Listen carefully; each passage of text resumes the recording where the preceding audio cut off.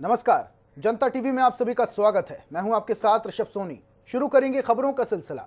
उत्तर प्रदेश का चुनावी सफर अब अपने उत्तर काल में आ गया है। आज प्रदेश में छठे चरण के लिए 10 जिलों की 57 विधानसभा क्षेत्रों में मतदान हुआ। आज की सियासी जंग में यूपी के मुख्यमंत्री योगी आदित्यनाथ के साथ ही कांग्रेस के प्रदेश अध्यक्ष अजय कुमार लल्लू की किस्मत का फैसला भी ईवीएम मशीन में कैद हो गया है। आपको बता दें कि मतदान आज सुबह 7 बजे शुरू होकर शाम 6 बजे तक चला। वहीं इस चरण में 2 करोड़ 14 लाख से ज्यादा मतदाताओं को अपने मताधिकार का इस्तेमाल करने का मौका मिला था। छठे चरण में सिद्धार्थनगर जिले की बांसी सीट पर राज्य के स्वास्थ्य मंत्री जयप्रकाश सिंह बीजेपी उम्मीदवार के तौर पर फिर अपनी किस्मत आजमा रहे हैं, जबकि इसी जिले के इटावा सीट पर पूर्व विधानसभा अध्यक्ष और सपा उम्मीदवार माता प्रसाद पांडे का मुकाबला राज्य के बेसिक शिक्षा मंत्री और बीजेपी उम्मीदवार सतीश चंद्र द्विवेदी से है। उत्तर प्रदेश विधानसभा सामान्य निर्वाचन के छठे चरण के 57 विधानसभा क्षेत्रों में सायंकाल 5 बजे तक कुल 53.31% मतदान हुआ है। इसमें अंबेडकर नगर जनपद में 58.66, बलिया में 51.81, बलरामपुर में 48.53, बस्ती में 54.24, देवरिया में 51.50, गोरखपुर में 53.89, कुशीनगर में 55.0, महाराजगंज में 57.38, संत कबीर नगर में 51.21 और सिद्धार्थ नगर में 49.77% मतदान हुआ है। इसके साथ ही प्रयागराज जनपद के हड़िया विधानसभा के एक बूथ पर जो पुनर्मतदान हो रहा है, वहां पर 59.55% मतदान हुआ है। सभी जगहों पर मतदान की प्रक्रिया शांतिपूर्ण ढंग से चल रही है। यूपी में 7वें और अंतिम चरण के लिए प्रचार में जूझने वाली लड़ाई जारी है। सभी राजनीतिक दल अपनी पूरी ताकत और शिद्दत से बिना थके लगातार करीब 25 दिनों से ताबड़तोड़ रैलियों में जुटे हुए हैं। छठे चरण के लिए मतदान जारी है और 7वें चरण के लिए प्रचार भी भारी है। आज गृह मंत्री अमित शाह ने मऊ की मोहम्मदाबाद गोहना विधानसभा से एक जनसभा को संबोधित किया। गृह मंत्री ने कहा कि छठे चरण में बीजेपी 300 सीटें पार करने वाली है। सपा बसपा का सूपड़ा साफ हो चुका है। अमित शाह ने सपा पर निशाना साधते हुए कहा कि अखिलेश बाबू की सरकार में मऊ में 7-7 महीने कर्फ्यू रहा था, दंगे होते थे, लेकिन भाजपा सरकार के 5 साल में एक भी दंगा नहीं हुआ। एक बार और भाजपा की सरकार बना दो, दंगा करने की किसी की हिम्मत नहीं होगी।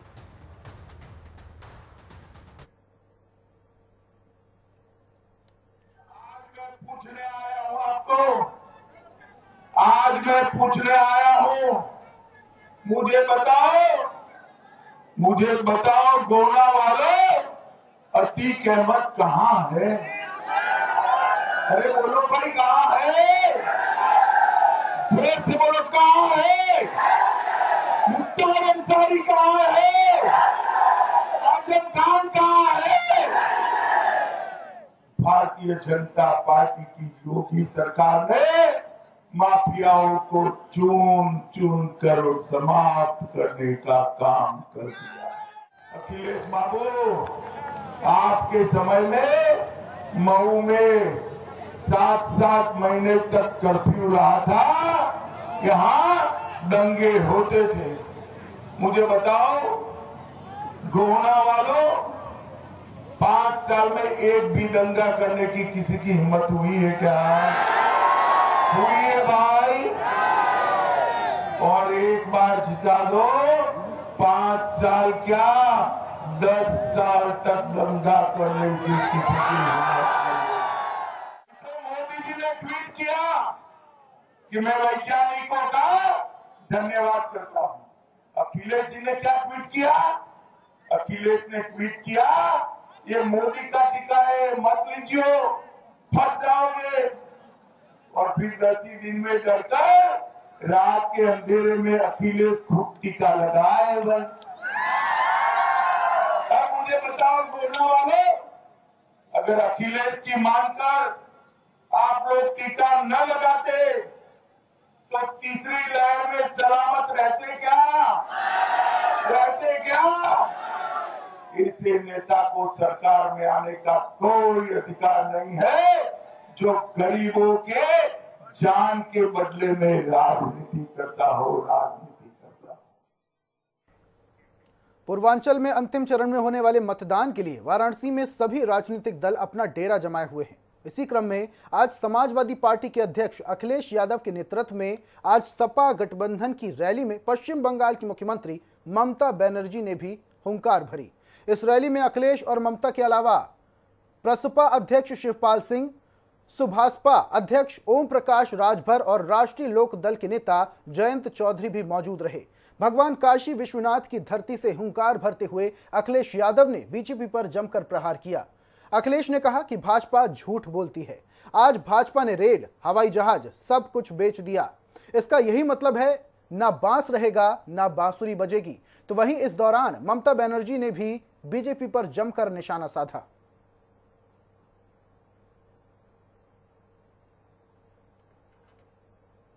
इस प्रदेश की जनता ने तय कर लिया है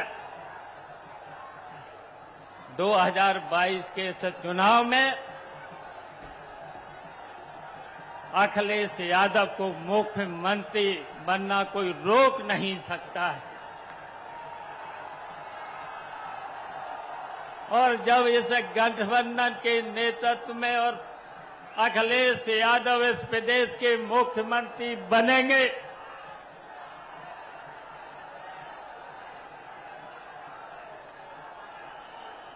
तो फिर इस उत्तर प्रदेश का विकास भी होगा। और जिन्होंने जो 5 साल पहले से जो झूठे वादे किए थे, इस प्रदेश से उनका सफाया होना अब तय हो गया है। आप लोगों ने चुनाव घोषणा पत्र को भी देखा होगा। वो मैं इसकी बात इसलिए कर रहा हूं कि मैं देख रहा हूं कि बहुत सारे ये सामने सफेद रंग के बैनर्स हैं, इनमें कई बातें लिखी हुई हैं। आप सबने देखा है और पढ़ा भी है कि समाजवादी पार्टी ने अपने चुनाव घोषणा पत्र में इन सबको पूरा करने की बात की। और गठबंधन का, हमारी पार्टियों का जो चुनाव घोषणा पत्र है वो कोई भाजपा जैसा घोषणा पत्र नहीं है, खाली और झूठा। इसको हम लोग एक पवित्र डॉक्यूमेंट के रूप में मानते हैं और जो कहते हैं उस पर अमल करने की कोशिश करते हैं। आप यहाँ पे आई, भारतीय जनता पार्टी को अपनी हार याद आ गई। और आज जब आप 7वें चरण के चुनाव में आई हैं तो न केवल भारतीय जनता पार्टी हारेगी, आज जहां वोट पड़ रहा है 6वें चरण में और 7वें चरण में जहां वोट पड़ेगा, भारतीय जनता पार्टी का पूरा सफाया होने जा रहा है। मैं डरफुक नहीं हूं, मैं लड़ाकू हूं और लड़ते लड़ते मेरे को जिंदगी में बहुत दफे सीपीएम मेरे को पिटाया। सपा प्रमुख अखिलेश यादव और ममता की जनसभा के दौरान मंच पर ओम प्रकाश राजभर और जयंत ने भी खूब सियासी तीर चलाए। और ओम प्रकाश राजभर ने कहा कि प्रदेश में एक नई बीमारी आई है। बीमारी का नाम मोदी और योगी नामक भगवा सांड है। इनको भगाना जरूरी है। वहीं उन्होंने कहा कि हम यहां उपस्थित सभी कर्मचारियों और उत्साहित युवाओं से कहना चाहते हैं कि आप सपा को समर्थन दें, सरकार बनाएं। हम शिक्षक भर्ती हो या पुलिस भर्ती हो, सबका हल निकालेंगे। इस मौके पर ओपी राजभर ने कहा कि योगी मेरी हत्या कराना चाहते हैं। जब मैं अपने बेटे का नामांकन कराने पहुंचा तो योगी के गुंडों ने हमारे साथ बदसलूकी की। वहीं इस मौके पर जयंत चौधरी ने कहा कि हम देश बचाने के लिए लड़ाई लड़ रहे हैं। युवा साथियों, आप अपना समर्थन समाजवादी पार्टी को दे दीजिए। आज साथियों, हमारे देश के कई लोग यूक्रेन में फंसे हैं। सरकार केवल दिखावा कर रही है। वहीं उन्होंने कहा कि केंद्र की भाजपा सरकार ने किसानों को ठगा है। लखीमपुर खीरी मामले के अपराधी बाहर हैं। भाजपा के नेता मदारी हैं। इनको सड़कों का गड्ढा दिखाओ तो दिखेगा नहीं, कहेंगे कि यहां तो बड़ा गड्ढा था। कितने लोग चाहते हो कि 3 सवारी फ्री हो जाए? हमारे प्रोफेसर साहब बैठे हैं, प्रोफेसर साहब बैठे हैं, 3 सवारी फ्री करावे के है। बोला के चाह तो फिर सवारी करावल, दोनों हाथ उठावा जे चाहता। तो साथियों, बहुत कुछ नहीं, हम आप लोगों से पुनः अपील करते हुए कि आने वाले दिनों में भारतीय समाज पार्टी के लोगों, मैं आपसे फिर कहना चाहता हूं कि चिंता मत करना, चिंतन करना। आप साइकिल पर वोट दोगे तो ओम प्रकाश राजभर को मिलेगा, आप लिफाफा पर वोट दोगे तो ओम प्रकाश राजभर को मिलेगा, और समाजवादी पार्टी के लोग छड़ी और लिफाफा पर वोट देंगे तो माननीय अखिलेश यादव को मिलेगा। साथी, इस नाते भाजपा के चक्कर में नहीं, कांग्रेस तो लड़ाई में नहीं, बसपा तो नोटिस में नहीं, और भाजपा की विदाई होना तय है। 10 मार्च को 10 बजे गाना बजेगा कि मेरे अंगने में तुम्हारा क्या, जोर से बोलिए, मेरे अंगने में तुम्हारा क्या, और दूसरा गाना बजेगा चल सन्यासी मंदिर में। ये बनारस चौधरी चरण सिंह जी की कर्म भूमि रही है, और आज भी यहाँ गांव देहात में आप जाएंगे और देखेंगे कि हर घर में तस्वीर अगर एक सरदार पटेल जी की लग रही है तो चौधरी चरण सिंह जी की तस्वीर भी अभी तक आपने अपने घरों में लगा रखी है। तो इसलिए मेरे लिए परम सौभाग्य है कि बनारस की धरती पे आज आपके बीच आकर मैं संदेश दे पा रहा हूं। आपको फैसला लेना है, और चूंकि हम पश्चिम से चुनाव लड़कर आपके बीच में आ रहे हैं, आप मुझसे पूछ भी सकते हो कि चुनाव में काबा, पूछ सकते हो ना चुनाव में काबा। मैं बता दूं चुनाव में काबा, चुनाव में गठबंधन बा, और उत्तर प्रदेश में अखिलेश बा। और आज बनारस की धरती पे जब ममता दीदी आएंगी तो खेला भी होए बेना, ममता दीदी का खेला भी होए बेना। 7वें चरण के चुनाव के लिए बहुजन समाजवादी पार्टी की मुखिया मायावती ने यूपी के वाराणसी में जनसभा को संबोधित किया, जहां मायावती ने कहा कि कांग्रेस के बाद सपा और बीजेपी के शासनकाल में भी यूपी की जनता दुखी रही है।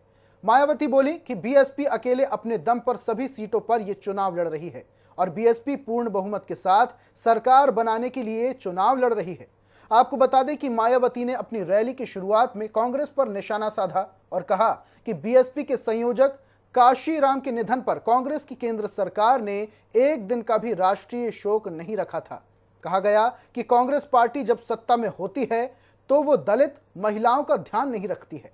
इस दौरान मायावती ने कहा कि सपा की सरकार में यूपी में गुंडों माफियाओं का राज हो गया था, जिसकी वजह से यूपी में हमेशा तनाव की स्थिति बनी रही और विकास के कार्य भी एक विशेष क्षेत्र तक सीमित हो गए। आजादी के बाद शुरू में काफी लंबे समय तक केंद्र व उत्तर प्रदेश सहित देश के अधिकांश राज्यों में भी कांग्रेस पार्टी की ही अकेले यहाँ सरकारें रही है, किंतु इनकी गलत नीतियों व गलत कार्य प्रणाली की वजह से ही अब ये पार्टी केंद्र व काफी राज्यों के साथ साथ यहाँ उत्तर प्रदेश की सत्ता से भी बाहर हो चुकी है।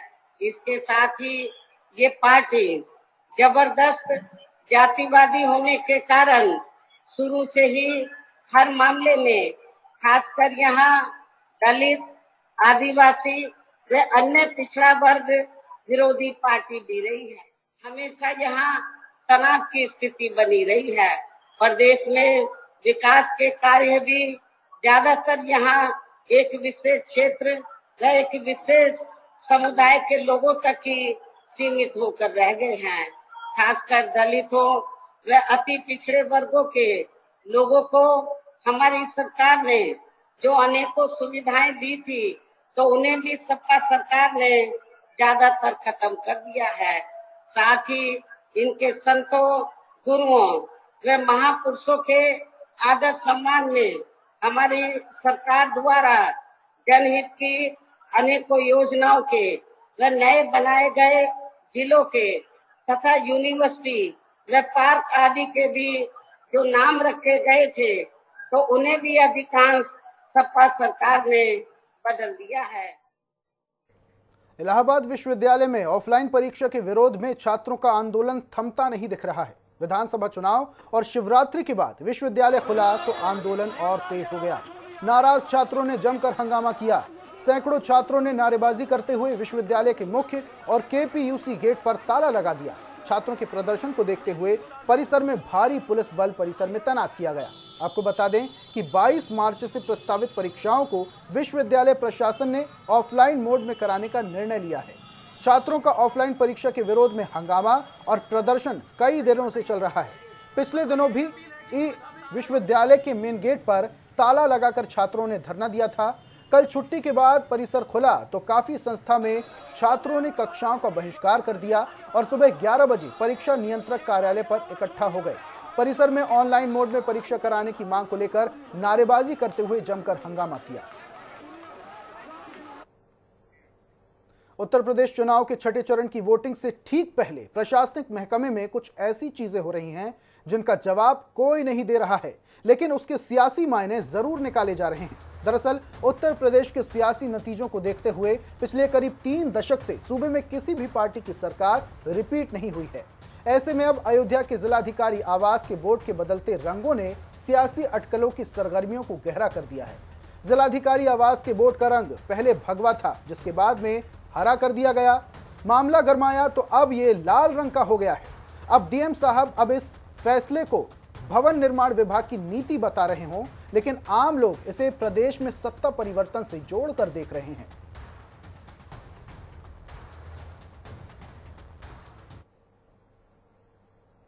यूपी में काबा, यूपी में सब्बा और यूपी में बाबा सरीखे गाने से समर्थक और विरोध का दौर जारी है। अब समाजवादी पार्टी के प्रवक्ता और लखनऊ कैंट सीट के प्रत्याशी अनुराग भदौरिया ने वाराणसी में गंगा नदी के घाट पर 57 सेकंड का एक वीडियो रिकॉर्ड कर भारतीय जनता पार्टी पर हमला बोला है।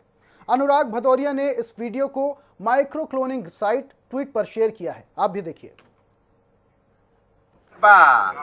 भैया बनारस के घाट बा, काशी कह रहा है, सापा के प्रदर्शन विराट बा, जो गुरु घंटाल बा, उखरा ऊपर बवाल बा, झूठ की गल नहीं रही दाल बा, पूरे बनारस में शोर बा, साइकिल घनघोर बा। ए भैया, ई सरकार का बा, ई सरकार के हाल ई बा, रैली में लगे रहे, मौके से भागे रहे, यूक्रेन में मर गया छात्र बा। यही तो सरकार बा। ये है काशी, यही अविनाशी, यहाँ कटते हैं कलेश, क्योंकि आ रहे हैं अखिलेश। हर हर हर हर मां। प्रदेश में चुनाव संपन्न होने के बाद से ही कांग्रेस की ओर पोस्टल बैलेट को लेकर सवाल उठाए जा रहे हैं। वहीं बीजेपी का दावा है कि कांग्रेस हार रही है, इसलिए इस तरह के बहाने बना रही है। अब इस मामले पर बोलते हुए कांग्रेस प्रदेश मीडिया प्रभारी राजीव महर्षि का कहना है कि प्रदेश की बीजेपी सरकार ने कोई ऐसा प्रयास नहीं किया कि पोस्टल बैलेट समय पर पुलिस कर्मचारियों और सेना के लोगों तक पहुंच सके। इसके अलावा पुलिसकर्मी भी ग्रेड पे को लेकर काफी समय से सरकार से नाराज है। वहीं राजीव महर्षि का यह भी कहना है कि कांग्रेस का पोस्टल बैलेट को लेकर जो दावा है वो एकदम सही है, क्योंकि ईवीएम से छेड़छाड़ करने का बीजेपी का इतिहास रहा है। और उत्तराखंड में चुनाव परिणाम के नतीजों में कुछ ही दिन बचे हुए हैं। ऐसे में बीजेपी और कांग्रेस अपनी अपनी जीत के दावे जरूर कर रही हो। हालांकि अगर 2017 की बात की जाए तो गढ़वाल सीट की 41 सीटों में 34 सीट पर भाजपा ने अपना कब्जा जमाया था। वहीं अब कांग्रेस का दावा है कि गढ़वाल का इस बार नतीजा बिल्कुल विपरीत होने वाला है। और खबरों में फिलहाल इतना ही। देश प्रदेश की तमाम खास खबरों के लिए आप देखते रहिए जनता टीवी। नमस्कार।